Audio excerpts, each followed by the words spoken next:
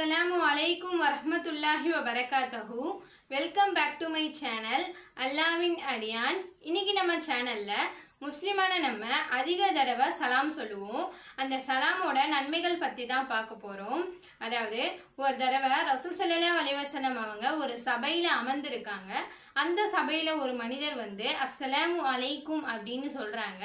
அதுக்கு ரசூல் ஸல்லல்லாஹு அலைஹி வஸல்லம் அவங்க பதில் சொல்லி 10, அதாவது இவங்களுக்காக 10 நன்மைகள் எழுதப்பட்டுச்சு அப்படின்னு சொல்றாங்க. அடுத்து இன்னொரு மனிதர் வந்து அஸ்ஸலாமு அலைக்கும் வரஹ்மத்துல்லாஹ் அப்படின்னு சொல்றாங்க. அதுக்கு நபி அவங்க பதில் சொல்லி 20, அதாவது இவங்களுக்காக 20 அல்லாஹ் எழுதுறான் அப்படின்னு சொல்றாங்க. மூணாவதா ஒரு மனிதர் வந்து அஸ்ஸலாமு அலைக்கும் வரஹ்மத்துல்லாஹி வபரகாத்துஹு அப்படின்னு சொல்றாங்க. அதுக்கு நபி அவங்க பதில் சொல்லிட்டு இவங்களுக்காக 30 நன்மை அல்லாஹ் தாலா எழுதுறான் அப்படின்னு சொல்றாங்க. சுபஹானல்லாஹ். ஸோ நம்ம டெய்லி லைஃப்ல சலாம் சொல்றதுல அல்லாஹ் இவ்வளோ நன்மையை வச்சிருக்கான். அது மட்டும் இல்லாம இன்னும் பல ஹதீஸ்கள்ல பார்க்கும்போது நம்ம ஒரு வீட்டுக்குள்ள செல்லும் போது சலாம் சொல்லணும், வீட்டை விட்டு வெளியே வரும்போது சலாம் சொல்லணும், முஸ்லிமான நம்ம இன்னொரு முஸ்லிமை சந்திக்கும் போது சலாம் சொல்லணும்.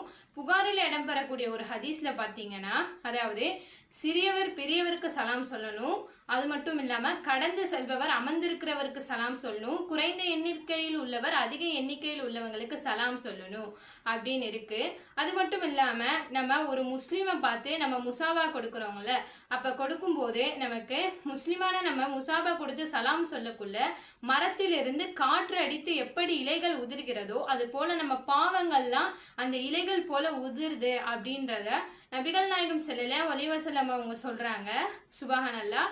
ஸோ நம்ம சலாம் சொல்றதுலயும் இவ்வளோ நன்மை இருக்கு. அஸ்ஸலாமு அலைக்கும் வரஹ்மத்துல்லாஹி வபரகாத்துஹு.